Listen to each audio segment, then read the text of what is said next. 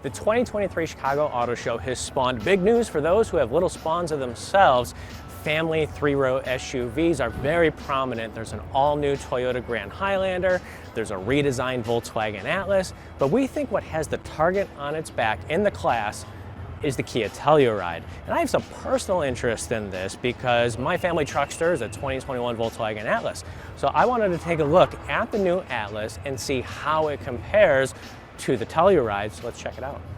These SUVs can be expensive. Top trim levels reach into the $50,000 range, so you want to feel like it's worth the money. And as far as interior quality, the Telluride always delivered. In our comparison test where the last Atlas and the Telluride compete against each other, it was very, very clear the Telluride was near luxury, whereas the Atlas was just pretty pedestrian. Those highlights inside the Telluride on this top trim level are just the simulated wood materials. There's stitching, there's nice padding, everything is just covered in really nice materials from top to bottom. The dials and the switches have nice textures on the steering wheel and the climate controls. It really does feel like a luxury car inside. But the 2024 Atlas definitely has something for the Telluride.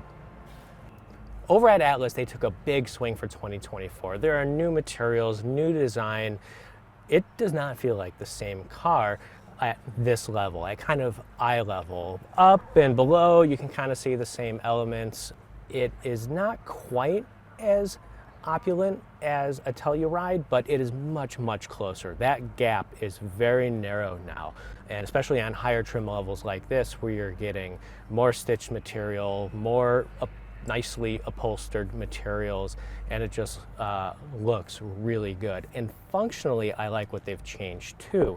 You have this new gear selector that isn't as tall, so it's not hard to get stuff out of the cubby anymore. It's a slightly different cubby. You've got USB-C ports here, and what I really like though is this opened up storage below the console. So in addition to this new styling that looks and feels better, there are functional changes here too that really sticks with the Atlas theme of we're going to make it as big and usable and as family friendly as possible, and that definitely has not changed.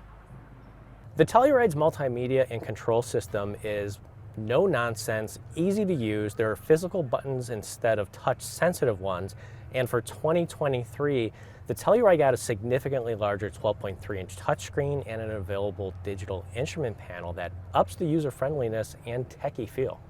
When I first learned there was a 2024 Atlas coming, I kept saying to myself, please don't give it the ID4 controls. Please don't give it the ID4 controls.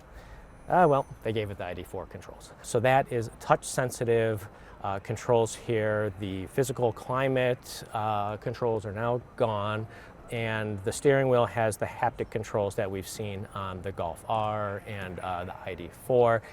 And there are a couple of reasons why this has not been one of my favorite systems, and that is, false activation by accidentally swiping, but also without having the physical controls, you lose that point of like physical quality. In the Telluride you have these really interesting textures on the steering wheel and the climate controls, and you may like this clean design, it's a personal preference, but that's where I would give the Telluride the edge.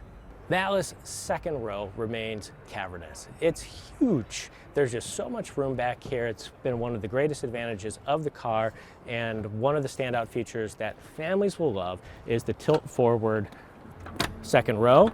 That is unchanged, and with a certain style car seat and attachment, you can move the car seat forward in the seat and have third row access, and that's huge.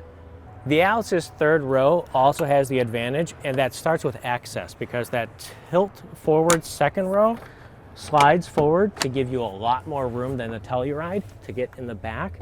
And then once you're back here, it's just a lot more comfortable. My knees don't sit as high off the ground. I have plenty of headroom.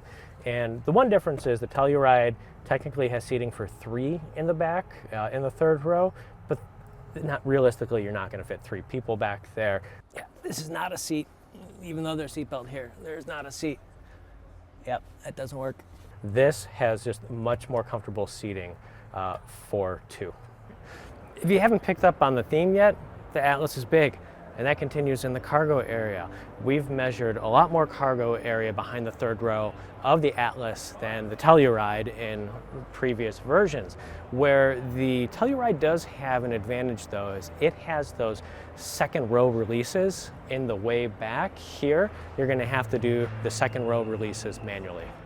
Up until now, the Atlas has been the practical choice. It's been big, roomy, but not necessarily the highest quality interior, and the 2024 Atlas steps that up in a big way.